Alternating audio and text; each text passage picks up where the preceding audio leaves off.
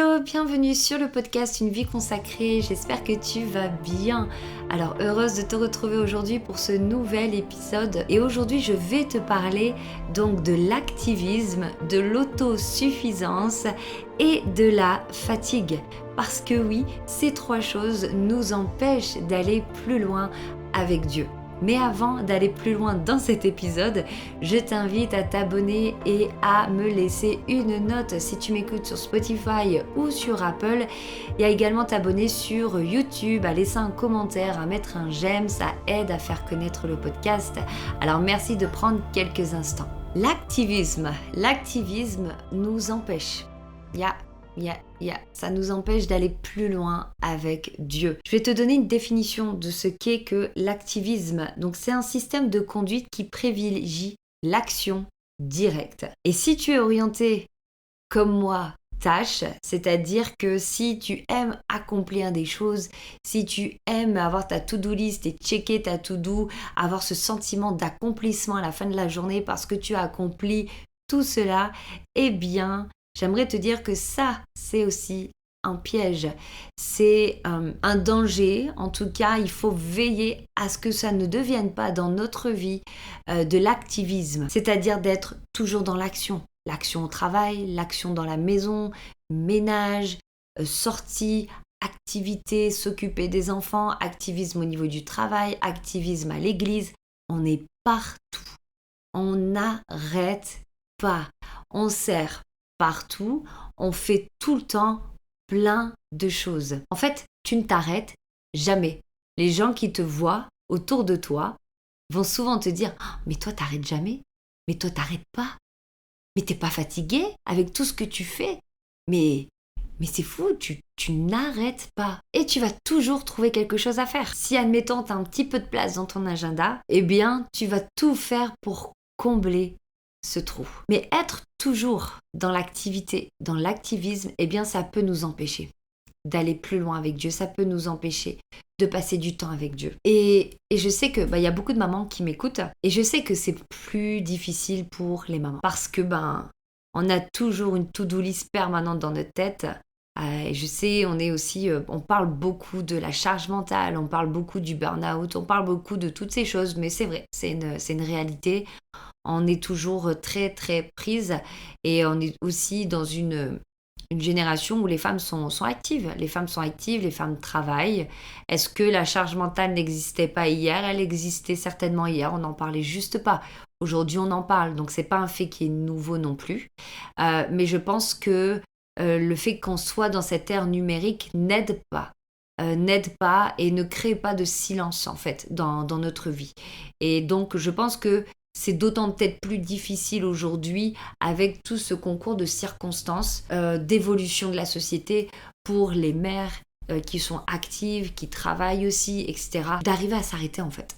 D'arriver à s'arrêter et de prendre du temps avec Dieu. Mais l'activisme peut aussi devenir une fuite. Ça peut devenir une fuite, pourquoi? Parce que en fait, on se garde continuellement occupé. Parce qu'on veut fuir quelque chose. Et souvent, il y a quelque chose que l'on veut fuir. Quand on reste occupé comme ça, vous savez, on peut être occupé, avoir un agenda bien chargé. Pourtant, on est capable de placer notre temps avec Dieu, on est capable d'aménager du temps pour s'arrêter, pour prendre du temps avec le Seigneur, pour juste se reposer aussi. Mais l'activisme, c'est quelque chose d'autre encore. C'est quelque chose qui nous amène en fait à toujours vouloir remplir notre agenda par peur de quelque chose. Et là aujourd'hui, j'aimerais t'inviter à identifier c'est quoi que tu fuis et c'est quoi la peur qui te pousse à remplir ton agenda. Ça peut être la peur du vide, la peur de s'ennuyer. Ça peut être la fuite de passer du temps avec Dieu, la peur de se reposer. On est tellement non plus des fois plus habitués peut-être à se poser et on a peur du silence. Tout ça, ce sont des raisons qui sont valables et réelles, qui nous empêchent en fait de nous arrêter. On veut fuir quelque chose, mais qu'est-ce qu'on fuit? Pourquoi on cherche toujours à remplir? Il y a une fois, il y a un pasteur qui a dit, il y a plusieurs années, j'avais entendu dans une conférence, il disait je ne sais plus comment il a amené cette parole, mais en tout cas, il disait, ah, vous savez, des fois, il y a des gens, ils ont des saisons où ils vont beaucoup manger. Et ils ne comprennent pas pourquoi. Ils mangent tellement beaucoup. Et en fait, ça révèle juste qu'en fait, ils ont faim spirituellement, mais ils ne l'ont pas compris, donc ils le manifestent naturellement. Donc, ils vont beaucoup manger. Mais en fait, cette soif, cette faim qu'ils ont, c'est une faim d'abord spirituelle, mais qu'ils n'ont pas comblée. Et donc, ils essaient de la combler de manière naturelle. De la même manière, quand on cherche toujours à combler le vide dans notre vie, c'est certainement parce que en nous, il y a quelque chose qu'on fuit. Il y a quelque chose que on est en désobéissance. Ça va même jusque-là, vous allez peut-être dire, bah Emma, tu tires, c'est un petit peu tiré par les cheveux. Bah, peut-être que oui, mais je ne crois pas. Pas pour tout le monde en tout cas. Il y a des choses que on va chercher à remplir et ça va se manifester naturellement, mais parce qu'à l'intérieur de nous, spirituellement, dans notre âme, il y a quelque chose qu'on veut fuir, il y a quelque chose qu'on a peut-être peur ou qu'on ne veut pas régler et ça nous amène quelque part dans la désobéissance. Et on cherche à combler, on cherche à patcher tout le temps, tout le temps. On cherche à s'occuper tout le temps. Mais qu'est-ce que tu fuis? Qu'est-ce que tu fuis? Est-ce qu'il y a quelque chose que Dieu veut que tu règles dans ta vie mais que tu ne règles pas? Et que ça t'amène aujourd'hui toujours à te remplir. Tu remplis ton agenda à déborder, ça n'a plus de sens. Qu'est-ce que tu cherches à combler? Dans Ecclésiaste, chapitre 4, verset 6, mieux vaut une main pleine de repos qu'une double poignée de travail et de poursuite du vent. Ensuite, on va voir dans l'activisme le danger de confondre service et intimité. L'activisme peut aussi être une manière déguisée de vivre notre relation avec Dieu. On va le servir et on va se trouver des excuses en fait pour ne pas s'arrêter. Puisque, comme tu le sais bien, je sers le Seigneur. Je sers Dieu, donc quelque part c'est une forme d'intimité avec lui. Quelque part, je suis en relation avec lui. Et c'est vrai, tu es en relation avec lui. Mais est-ce que c'est suffisant? C'est comme dans un couple, je vois mon mari, on se croise, on parle, on peut faire des choses ensemble, mais à un moment donné, il faut qu'on s'installe, il faut qu'on se pose, il faut qu'on passe du temps à deux. Et on a également besoin de discipline pour s'arrêter, surtout lorsqu'on n'a plus l'habitude de s'arrêter. Et on a parlé, je t'ai parlé il y a quelques semaines, je pense, de la discipline. Et on le voit également dans la Bible avec l'histoire de Marthe et Marie. Marie qui est capable de s'arrêter au pied de Jésus alors que Marthe, elle, est incapable de s'arrêter. Elle s'affaire à tellement de choses qu'elle oublie l'essentiel. Et mon autre point pour aujourd'hui, c'est l'autosuffisance. Alors l'autosuffisance, oui, ça nous empêche de prier. Pourquoi? Parce qu'en fait, on est habitué à vivre de façon individualiste. Parfois, c'est par la force des choses. La vie a fait qu'en fait, on a été un petit peu contraint et obligé de se suffire à nous-mêmes parce qu'on n'avait peut-être pas des gens autour de nous sur qui on pouvait compter. Mais le problème, c'est lorsque l'autosuffisance se manifeste dans notre relation avec Dieu, mais aussi dans nos relations avec les autres. Proverbe 3, 5, 6, confie-toi en l'Éternel de tout ton cœur, ne t'appuie pas sur ton intelligence, reconnais-le dans toutes tes voies. Des fois, on va se dire, mais Dieu sait toutes choses. Pourquoi lui dire? À quoi ça sert de lui dire? Je sais déjà ce qu'il faut faire. J'ai pas besoin de demander, je sais déjà ce qu'il faut faire. Ça va aller. Mais je vais pas demander à Dieu ça. C'est évident la réponse. J'ai pas besoin de lui demander. Oh, je devrais demander à Dieu, mais bon. Et là, il y a un silence, puis tu ne demandes pas à Dieu. Vous savez, c'est toutes ces pensées-là, ce sont des pensées qui te traversent l'esprit, que tu vas parfois verbaliser, mais la majeure partie du temps, tu les verbalises pas, tu les as juste en toi. Mais la dépendance à Dieu, elle pourra se créer uniquement si on lui laisse l'opportunité de donner son avis sur tout ce qu'on fait. Sinon, en fait, la dépendance ne pourra pas se créer. On ne pourra pas être dépendant de Dieu. On ne peut pas aller voir Dieu juste pour les grandes décisions. Quoique, on peut aller le voir. Il nous répondra certainement dans sa grâce, dans son amour. Mais Dieu veut tellement être impliqué plus dans notre vie. Dans les petites choses de notre vie. Il ne veut pas que tu comptes uniquement sur toi-même. À un moment donné, c'est fatigant. Et je suis certaine que tu en es fatigué même de cela. Et justement, parlons de la fatigue. Souvent, je dis aux femmes que la fatigue, c'est pour moi, en tout cas pour les mères, les mamans, c'est l'une, je trouve, des plus grandes portes. En tout cas, l'une des choses très sensibles avec une grande facilité d'accès pour l'ennemi. Parce que quand on est fatigué, on est moins vigilant, on veille moins, on est plus passive, on laisse couler plus de choses, on est plus sujet à laisser aussi notre chair s'exprimer. Et la fatigue, en fait, va nous amener à faire peut-être des fois des mauvais choix, à mal gérer peut-être notre quotidien. On va crouler aussi parfois sous le poids des responsabilités. Et ça va nous amener en fait à négliger notre temps de prière. Vous savez, je suis maman de 2 garçons, dont mon petit dernier qui a 19 mois. Donc les nuits courtes, je connais encore les multiples réveils la nuit. Donc je sais ce que c'est que d'être fatigué. On est tous les deux avec mon mari hyper investis. Mon mari est très investi autant à EMCI TV que à l'église. Moi, je suis investie à EMCI, je suis investie à l'église. J'ai aussi ce fardeau pour les femmes que je porte et dans la prière, mais aussi par des actions comme ce podcast aujourd'hui. Donc, on est en plus parents, on a 2 jeunes enfants, on est très occupés et je vous assure que la fatigue est quelque chose qui est régulier, qui est fréquent et sur lequel on doit veiller. On doit veiller à cela parce que vraiment ça peut être une porte ouverte à l'ennemi, c'est une faiblesse en fait. Et justement, parce que j'ai toujours priorisé la présence de Dieu malgré les nuits courtes, malgré la fatigue, eh bien j'ai vu la grâce de Dieu se manifester et s'opérer dans ma vie à tel point en fait que j'ai été capable de faire toutes ces choses uniquement par la grâce de Dieu, uniquement parce qu'il m'a porté. Sans sa présence, sans avoir passé du temps avec lui, il m'aurait été impossible de porter tout ce que je porte aujourd'hui. Peut-être qu'aux yeux de certaines personnes, ça paraît peut-être trop. Encore là, c'est un autre sujet. On n'a pas tous reçu les mêmes grâces, les mêmes dons, et ni le même appel. Et souvent, on va me dire, mais prends du temps, ou ne fais pas ça, ou va te reposer. Alors oui, il y a un temps, c'est certain, il faut avoir une bonne hygiène de vie. Il faut pouvoir prendre soin de soi. Et ça, c'est la discipline. On reparle de discipline, mais tout comme si on a perdu ces habitudes-là, eh bien de se mettre une discipline par rapport à notre bien-être, ça va être important. Mais ma discipline de prière, elle, passe toujours en premier. Tout le reste des disciplines-là, elles vont venir après. Mais ma vie avec Dieu passe avant tout. Ma relation avec Dieu passe avant tout. Sans elle, sans cette relation, ma vie ne serait pas possible. Ce serait juste pas possible. Ésaïe 40, verset 31. Ceux qui espèrent en l'Éternel renouvellent leur force. Ils prennent leur envol comme les aigles. Ils courent sans se lasser et ils marchent sans se fatiguer. Ceux qui espèrent, ou dans d'autres versions, ceux qui se confient en l'Éternel renouvellent leur force. Il y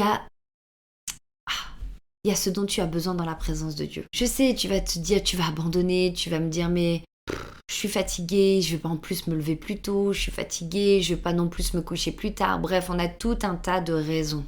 Mais je te dis que si tu priorises ta relation avec Dieu, tu verras la grâce de Dieu s'opérer dans ta vie. Malheureusement, la plupart du temps, on n'a pas le temps d'expérimenter la grâce, on abandonne en fait. Et on va avoir beaucoup de pensées, de mensonges même, qui vont s'infiltrer parce que comme je te disais, ça devient une porte ouverte pour l'ennemi et l'ennemi va venir en plus s'amuser pour te garder bien là à ce niveau pour pas que tu ailles plus loin. Alors tu peux entendre dans ta tête, ne te lève pas plus tôt, t'es déjà tellement fatigué, ne te couche pas plus tard, t'es tellement fatigué.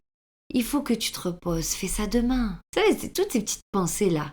Mais j'ai dû les combattre. J'ai dû traiter durement ma chair. Tout comme Paul le disait. En fait, voilà pourquoi on a besoin de la vie de l'esprit. Parce qu'il faut être capable de discerner lorsqu'il faut s'arrêter ou lorsqu'il faut persévérer. Voilà pourquoi on a besoin de l'esprit. Et il y a bien une chose que je me dis toujours. Vous savez, des fois, on est perdu, on ne sait pas toujours quoi faire, on ne sait pas toujours quel choix faire. On est un peu perdu dans nos choix à faire au quotidien. Mais je me dis, il y a bien un choix, une chose, une seule chose que je suis sûre à 200%, 3000%, tout ce que vous voulez, que je ne me trompe pas, c'est de passer du temps avec Dieu. Jamais Dieu me dira que je me trompe. Jamais Dieu me dira que je me trompe. Jamais je ferai la mauvaise chose en passant du temps avec Dieu. Jamais. C'est impossible. Jamais. As-tu déjà entendu un père reprendre son enfant pour lui dire « Mais viens pas avec moi, passe pas de temps avec moi, viens pas me faire de câlin ». À part des mauvais pères, là, on s'entend, mais un bon père, un bon père. Est-ce que tu as déjà entendu, et encore, ça peut arriver quand un père est fatigué, mais notre père qui est parfait, on ne peut pas faire de mauvais choix. Donc je me dis, en allant dans la présence de Dieu, je suis certaine au moins de faire ce bon choix. Et après, je suis à l'écoute du Saint-Esprit. Tu sais, le Saint-Esprit me dit, couche-toi plus tôt, Emma. Ok, je me couche plus tôt. Ce soir, prends du temps avec tes enfants. Ok, ce soir, je prends du temps avec mes enfants. Elle est là, la dépendance au Saint-Esprit. Mais si tu es dans l'autosuffisance, si tu es dans une fatigue perpétuelle, où tu ne renouvelles jamais tes forces, mais tu n'en vois pas le bout. Et le pire dans tout ça, c'est qu'en plus, comme je dis, la fatigue, c'est vraiment une porte ouverte. Une porte ouverte à l'ennemi. Si tu te négliges, c'est une porte ouverte à l'ennemi. Pourquoi ? Parce qu'il va y avoir des pensées qui vont venir. La dépression va venir frapper à ta porte. L'angoisse, les crises d'angoisse vont venir frapper à ta porte. Des dérèglements vont venir aussi. Il y a beaucoup de conséquences qui vont venir juste parce que tu ne prends plus de temps pour toi, juste parce que tu négliges la présence de Dieu. S'il te plaît, ne néglige plus. Même si c'est un 15 minutes par jour. Mais va chercher ton 15 minutes avec le Seigneur. Et comme je te disais, ce qui m'a aidé à combattre, c'est de savoir que Dieu rémunère. Il rémunère ceux qui le cherchent. Dans Hébreux 11:6, que Dieu rémunère ceux qui le cherchent. Matthieu 6:33, cherchez premièrement le royaume, sa justice, et tout le reste vous sera donné par-dessus. Alors on doit être sage, on doit gérer notre emploi du temps pour qu'on puisse dégager du temps avec Dieu. C'est pas toujours un discours qui est apprécié de tout le monde parce que certains vont le prendre comme une condamnation ou comme une culpabilité et ce n'est pas le cas. Mais on a toujours la possibilité d'entretenir notre relation avec Dieu. Et il n'y a aucune excuse valable qui peut justifier qu'on ne passe pas de temps avec Dieu. Il y en a zéro. Il y en a zéro. Vous savez, j'entends tellement d'excuses parfois de « Ah oui, mais là, tu comprends, ma fille s'est réveillée à telle heure, je suis fatiguée. » Non, ça c'est de la paresse. C'est de la paresse spirituelle. Parce que quand il est question de se lever plus tôt parce que tu as un rendez-vous quelque part chez le médecin, par exemple, là tu es capable de te lever plus tôt. Lorsqu'il y a ton film préféré qui passe, tu es capable de veiller plus tard. Ce sont des excuses. Et uniquement des excuses. Et c'est pour ça que je dis, il n'y a aucune excuse valable pour ne pas passer du temps avec Dieu. Il s'agit d'un choix. Quel est le choix que tu veux faire aujourd'hui ? Quel est ce choix ? Est-ce que tu préfères rester dans cet état actuel au détriment et avec les conséquences qui y sont liées ? Si c'est ça, c'est ton choix. C'est toi qui l'as choisi. Maintenant, si tu veux aller plus loin avec Dieu, si tu veux enfin dépasser ce plafond dans ta vie, si tu vas aller au-delà, rentrer dans une nouvelle dimension, dans la prière, dans l'intimité, il y a des choses que le Seigneur veut te dire, il y a des choses que le Seigneur veut te révéler, il y a des choses que le Seigneur veut faire avec toi que tu ne vivras jamais tant que tu restes à ce niveau-là, tant que tu restes à ce point-là. C'est une question de choix. Jésus, quand il a dit à Marthe, Marthe, tu t'agites, mais il y en a une seule qui compte. Tu crois pas que Marthe se disait, mais j'ai toutes les raisons du monde d'être agitée. J'ai Jésus dans ma maison, il faut que j'organise tout. J'ai toutes les raisons du monde de ne pas m'asseoir. Pourtant, Jésus lui a dit qu'elle avait tort. Cherchons pas d'excuses. Ne laissons pas la fatigue dans notre vie prendre de la place. Si on doit se coucher à 20h, couche-toi à 20h. Mais quelle est la priorité de ta vie aujourd'hui ? Est-ce que c'est vraiment Dieu ? Parce que si c'est vraiment Dieu, je t'assure que tu vas organiser ton temps, tu vas organiser ton agenda. Je peux te l'assurer. Je peux mettre ma main à couper que tu vas le faire. Matthieu 11:28. Venez à moi, vous tous qui êtes fatigués et chargés, et je vous donnerai du repos. Amen. Il y a un repos pour toi aujourd'hui. Un repos dans sa présence. Si tu te sens lourde, fatiguée, chargée, que tu croules sous le poids des responsabilités, j'aimerais te dire qu'il y a un repos en Jésus-Christ, un repos qui t'attend. Il te promet, il te dit, prenez mon joug, mon fardeau qui est doux et qui est léger. Il est là. Prends son fardeau, il est doux et il est léger. Alors si on y regarde bien, ces trois réalités, l'activisme, l'autosuffisance et la fatigue ont un point commun. Elles nous détournent tous, elles nous détournent de la dépendance à Dieu. Elle nous pousse à faire sans lui, à penser sans le consulter ou à vivre sans nous reposer sur lui. Mais Dieu n'a jamais voulu que nous vivions épuisés, accablés ou dans le contrôle permanent. Il nous appelle à demeurer en lui, à nous reposer dans sa présence, à recevoir avant d'agir, à lâcher le contrôle et à lui donner le plein contrôle de notre vie. Dans Jean 15, 4 à 5, demeurez en moi et je demeurerai en vous, car sans moi, vous ne pouvez rien faire. Alléluia. Alors l'activisme va te dire, fais encore plus. L'autosuffisance va te dire, tu peux te débrouiller seul. Et la fatigue te dit, tu n'as plus aucune force. Mais Dieu t'invite à sa table aujourd'hui. Dans Ésaïe 30, c'est en revenant à moi et en restant tranquille que vous serez sauvés. C'est dans le calme et la confiance que sera votre force. Alors aujourd'hui, je t'invite à t'arrêter un instant et à te demander, est-ce que tu en fais trop? Est-ce que tu te reposes trop sur toi-même? Et est-ce que la fatigue t'a éloigné de Dieu? Alors je t'invite à y réfléchir et à prendre un temps de prière avec le Seigneur et à déposer cela. Si c'est la fatigue, si c'est l'activisme, à noter cela et à prendre un engagement avec Dieu aujourd'hui. Aujourd'hui, tu as la possibilité d'aller plus loin. On se retrouve la semaine prochaine pour un nouvel épisode. Sois béni.